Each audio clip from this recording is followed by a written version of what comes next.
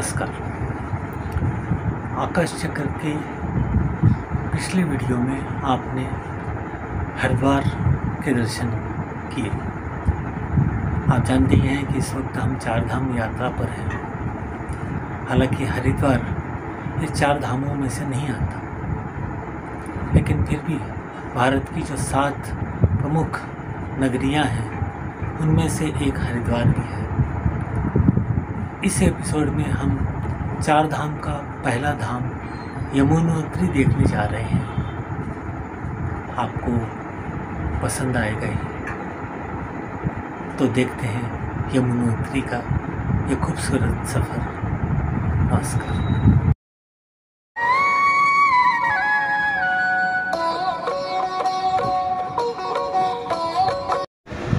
चार धाम की शुरुआत आप चाहे हरिद्वार से कीजिए या ऋषिकेश से, दोनों रास्ते एक ही जगह आके रुकते हैं और वो है बारकोट। यह सफ़र 5.5-6 घंटे का है। वहाँ से आपको जानकी चड्डी जाना पड़ता है। तो हम निकल पड़े यमुनोत्री के इस खूबसूरत सफ़र पर। रास्ता गहरा अब मुझसे मिलने को है कोई कहीं अब मुझसे।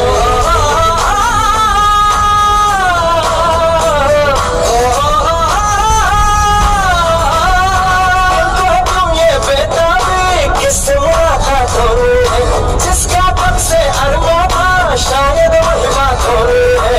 यूं ही चला चले आई, यूं ही चला चले आई, जीवन गाड़ी है समय पहिया।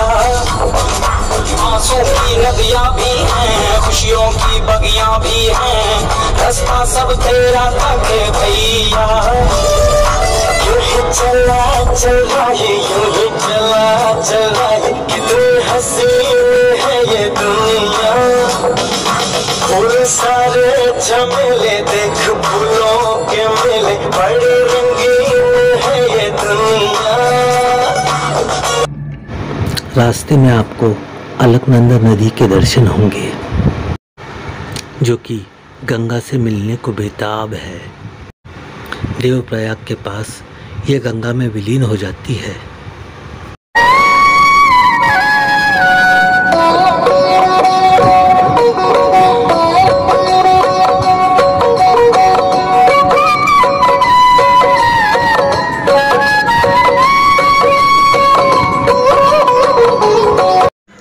यह है जानकी चड्डी, हरिद्वार से लगभग 200 किलोमीटर दूर। यहाँ से यमुनोत्री मात्र 6 किलोमीटर दूर है, लेकिन यह चढ़ाई सीधी है। इसीलिए यहाँ से आगे के सफ़र के लिए घोड़े किए जाते हैं। हालांकि कुछ लोग पैदल भी जाते हैं। आपको बता दें कि केदारनाथ के बाद चार धामों में से सबसे ऊंचा शिखर यमुनोत्री का ही है। यही चार धामों में से प्रथम धाम है। इसी को प्रथम धाम का दर्जा दिया गया है। चार धाम की यात्रा की शुरुआत यहीं से की जाती है। 6 किलोमीटर लंबा और पर्वतों की ऊंचाई का ये सफ़र आपको काफ़ी रोमांचित कर डालता है। यही देवभूमि है। हिमालय के कालिंद पर्वत पर यमुनोत्री का वास है। यहीं से उसका उद्गम है।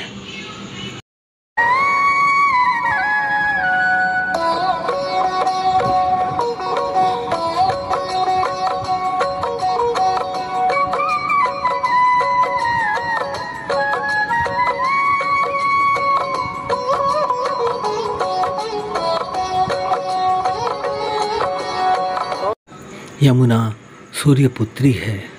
धर्मराज यमराज की यह बहन है। यह नारायणी है। श्री कृष्ण की ये चौथी पट्टरानी भी है। हिमालय के कालिंद पर्वत से उद्गम होने के कारण इसका एक नाम कालिंदी भी है।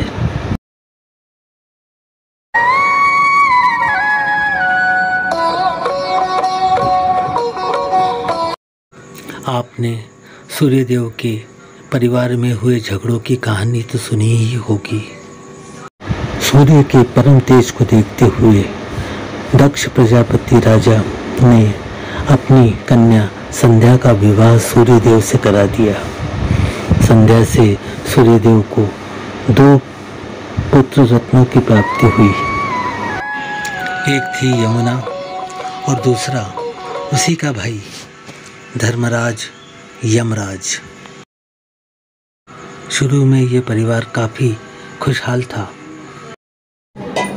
कुछ दिनों तक तो सब कुछ ठीक चला, परंतु सूर्य के परम तेज को संध्या ज़्यादा दिनों तक सह न पाई। आखिर वो बद्रीनाथ के लिए निकल पड़ी, लेकिन जाने से पहले उसने अपनी छाया को सूर्यदेव के पास ही रखा। छाया और सूर्यदेव से और 2 संतानों की उत्पत्ति हुई। एक थी तप्ती और दूसरा था शनि। ये चारों भाई बहन धीरे धीरे बड़े होने लगे। वैसे उनके आपस में झगड़े बढ़ने लगे। एक दिन तो झगड़ा इतना बड़ा कि तप्ती ने यमुना को शाप दिया कि तू मर्त्यलोक में जाकर गिरेगी। यमुना ने भी वैसा ही शाप तप्ती को दिया। उसके बाद दोनों बहनें भूलोक में आकर नदी के रूप में बहने लगी।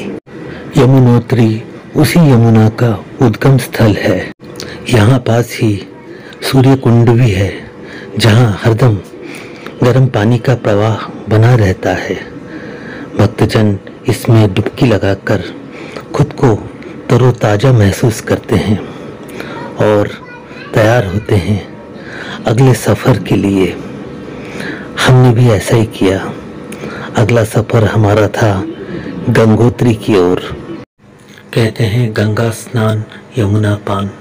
यमुना के केवल पानी से ही आपका जीवन धन्य हो जाता है। उम्मीद है आपको पसंद आया होगा ये एपिसोड। यमुनोत्री के भूतल पर आने की एक कथा हमने इस एपिसोड में बताई है। वो यह थी कि तप्ती के शाप की वजह से यमुना को भूतल पर आना पड़ा।